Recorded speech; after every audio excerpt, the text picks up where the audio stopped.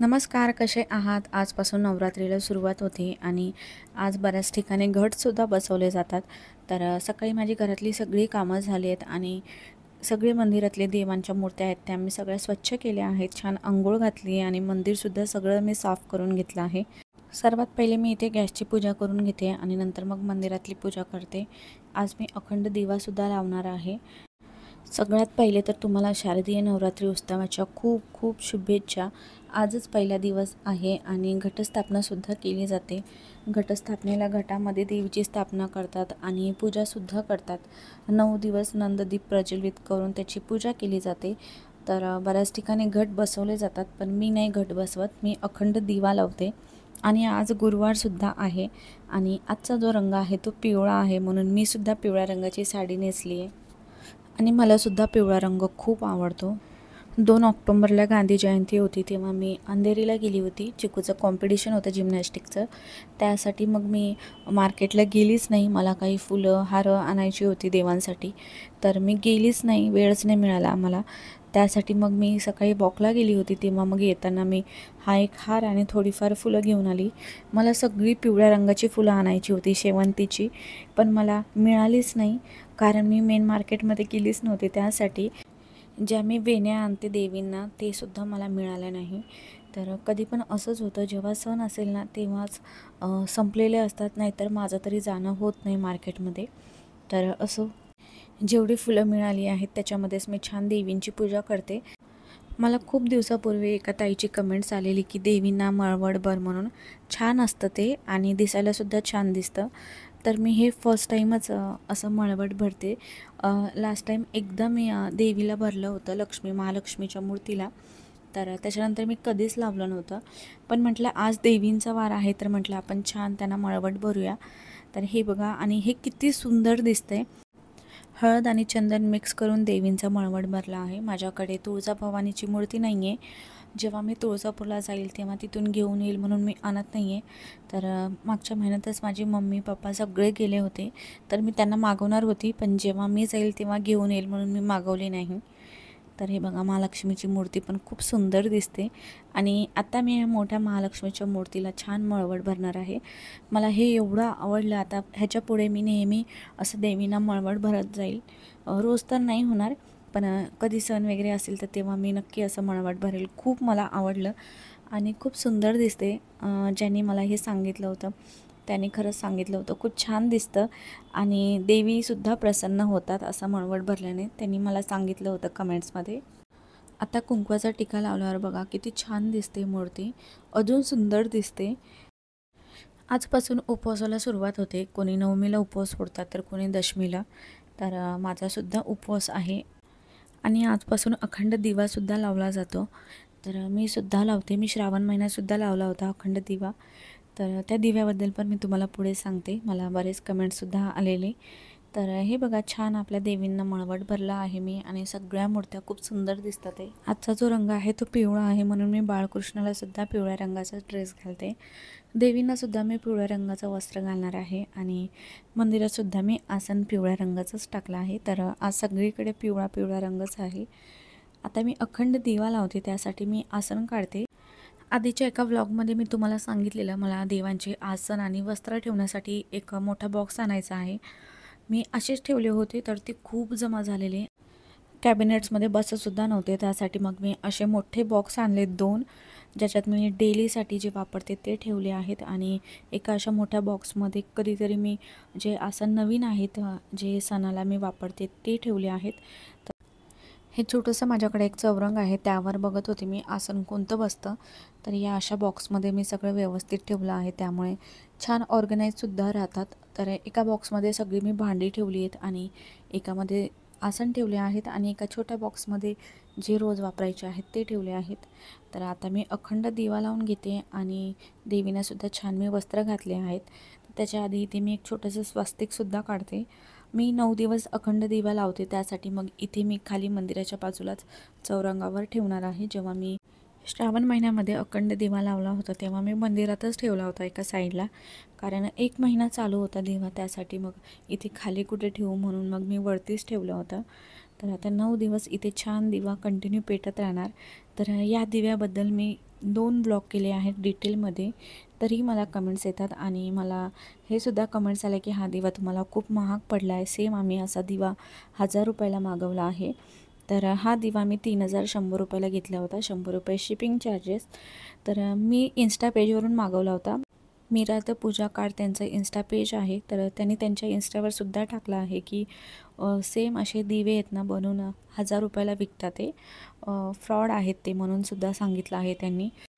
तुम्ही जर मागवत असाल दिवा 1000 रुपयामध्ये तर चांगली गोष्ट आहे, पण पहिले तुम्ही इन्क्वायरी करा मगच मागवा. मला बरेच कमेंटसुद्धा आलेले की खूप महाग दिवा आहे, अखंड दिव्याच्या नावाने काही प्राईजमध्ये विकत आहे. तर हो, महाग तर आहे, पण मला असा एक वेगळा पाहिजे होता जो मला नेहमी लागतो दिवा. कारण हा दिवा मी आता वापरते तर मला माहिती आहे की कसा आहे आणि माझ्यासाठी किती उपयोगाचा आहे, त्यासाठीच मी हा घेतला आहे. मला एखादी वस्तू आवडली ना तर मग मी ती घेतेच. जर आवडली तर असं नाही की महाग आहे किंवा ह्याला ऑप्शनला दुसरं मग ॲडजस्ट करून, तर मग मी घेतच नाही. मग मला जर आवडत असेल तरच मी घेते, नाही आवडत तर मी घेतच नाही. अखंड दिव्याला पण भरपूर ऑप्शन आहेत, भरपूर प्रकारचे मिळतात. तर अखंड दिवा मी लावला, छोटीशी मी रांगोळी काढली आणि इथे मी उंबरठ्यावर हळद लावली आहे आणि चंदन लावलं आहे. तर ते तर लावायलाच पाहिजे. आज पिवळा रंग आहे आणि हळदीचा सुद्धा पिवळा रंग आहे, तर मग उंबरठ्याची पूजा केलीच पाहिजे. तर इथे मी आता रांगोळी काढून घेते. तर सध्या मी ही रांगोळी काढते उंबरठ्यावरती. मी जर एखादी रांगोळी काढली ना तर सारखी मी तीच काढत असते जोपर्यंत मला त्याचा कंटाळा येत नाही तोपर्यंत. तर हे बघा किती सुंदर दिसते.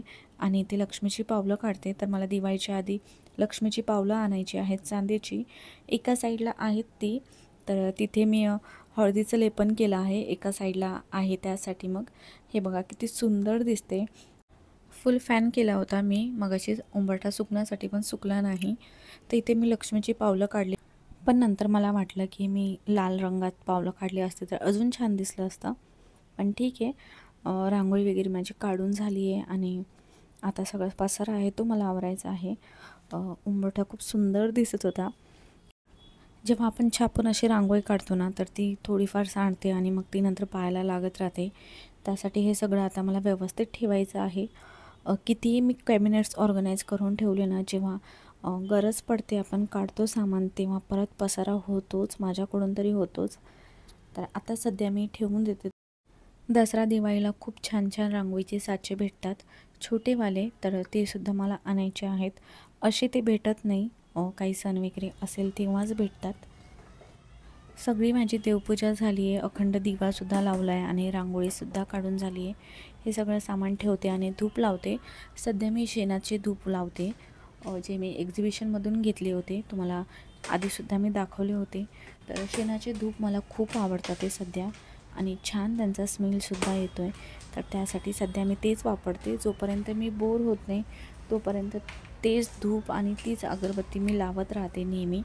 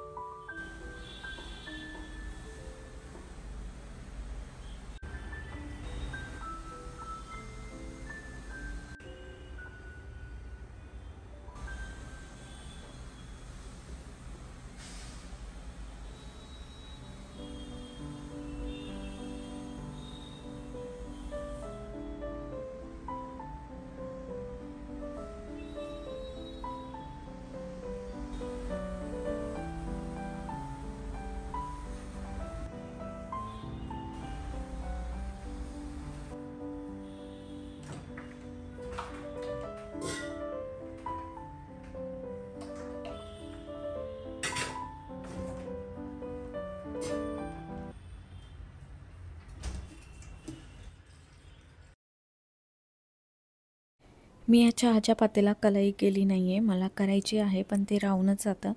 कारण अजून भांडी आहेत माझ्याकडे. कढई आहे, पितळेची पातेलं आहे, तर त्यांनासुद्धा मला कलई करायची आहे. तर म्हटलं सोबतच मी यांना घेऊन जाईल कलई करायला आणि ते तसंच राहून जातं. तर आता दिवाळीची जेव्हा मी सफाई करेल तेव्हा त्याच्या आधी मी ही भांडे कलई करायला देईल. तर मी नेहमी गुळाचा चहा पिते. ही गूळ पावडर अशी मी आणून डब्यामध्ये ठेवते किंवा मग गूळ जर असेल तर तो बारीक मी असे तुकडे करून ठेवते. मला चहा खूप आवडतो. मी एक टाईम जेवण करत नाही, पण मला चहा लागतो. सकाळ आणि संध्याकाळ दोनदा तरी मला चहा पाहिजे. त्यासाठी मग साखर नको मला हवी होती. त्यासाठी मग मी गुळाची सवय करून घेतली आणि मी नेहमी गुळाचा चहा पिते. आता बाहेर गेली असेल किंवा कोणाच्या घरी गेली असेल, तर मग मात्र साखरेचा दिला तर मी पिऊन घेते. पण घरी मात्र मी गुळाचा चहा करते. तुम्ही बोर होत असाल ना व्लॉगमध्ये नेहमी माझ्या व्हिडिओजमध्ये चहा बघून बघून होत असाल तरी पण मी तुम्हाला बोरच करणार आहे. कारण चहा मला आवडतो आणि मला माहिती जे माझे सबस्क्रायबर आहेत त्यांनासुद्धा आवडतच असणार. तर हे मी नवीन कोस्टर आणले तेही मला तुम्हाला दाखवायचं आहे एक्झिबिशनमधून. आणि एक ट्रेसुद्धा आणला आहे, तर तेही तसंच आहे, तुम्हाला दाखवायचं राहून गेलं. तर तेही मी तुम्हाला बघू जमलं तर दाखवेल. सकाळी या दोघांच्या टिफिनला मी भेंडीची भाजी आणि चपाती केलेली आणि आता मी साबुदाणा भिजवते. संध्याकाळसाठी मी एकच टाईम फराळ करते. आता नवरात्रीचा 9 दिवस उपवास असल्यामुळे आणि जर सकाळी उपवास पकडून संध्याकाळी सोडायचा असेल तर मग मी फराळच करत नाही, म्हणजे काहीच खात नाही मी. चहा पिते आणि खाल्लं तर मग फ्रूट खाते. आता नवरात्रीचा 9 दिवस आहे तर मग भूक लागते, त्यासाठी मग मी रात्रीसाठी इथे साबुदाणा भिजवते. आता जर भिजत ठेवला ना तर संध्याकाळपर्यंत छान साबुदाणा भिजला जातो त्यासाठी. आणि इथे थोडा मी जास्त साबुदाणा घेतला आहे, चिकूला पण खूप आवडतो. आता मी नैवेद्याला खडीसाखरच दाखवली, तर संध्याकाळी मी शेवयाची खीर बनवेल तेव्हा मग मी नैवेद्य दाखवेल परत एकदा. तर इथे मी आता साबुदाणा भिजवते जरा वेळ आणि नंतर मला चिकूला घेऊन यायचं आहे, तो स्कूलला गेला आहे.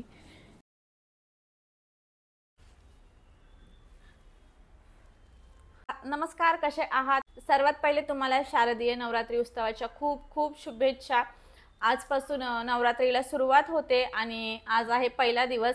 आणि आजचा जो रंग आहे तो पिवळा रंग आहे. मी सुद्धा पिवळ्या रंगाची साडी नेसली आहे आणि देवांना सुद्धा माझ्याकडे जे वस्त्र होते ते मी पिवळ्या रंगाचे घातले आहेत. बऱ्याच ठिकाणी घट सुद्धा बसवले जातात. मी घट बसवत नाही. मी अखंड दिवा लावते 9 दिवस आणि 9 दिवस आणि माझा उपवाससुद्धा असतो 9 दिवस. आता डायरेक्ट मी दसऱ्याच्या दिवशी उपवास सोडते. सकाळी माझी छान देवपूजा वगैरे झाली, तुम्ही बघितलाच. नवरात्रीचा उपवास माझा जरी असला तरी स्वयंपाक करायचा आहे या दोघांसाठी. तर कुकर लावलाय मगाशीच मी. तर आता मी साबुदाण्याची खिचडी बनवते आणि शेवयाची खीर बनवते. सकाळी मी खडीसाखरचाच नैवेद्य दाखवला होता, तर आता म्हटलं काहीतरी गोड बनवावा म्हणून मग नैवेद्याला खीर बनवते मी. थोडं चिकूसुद्धा खाईल, त्यालासुद्धा फार आवडते साबुदाण्याची खिचडी. कसा वाटला तुम्हाला आजचा व्लॉग मला नक्की सांगा. आणि उद्याचा जो रंग आहे तो आहे हिरवा. तर भेटूया पुढच्या व्हिडिओमध्ये. तोपर्यंत बाय.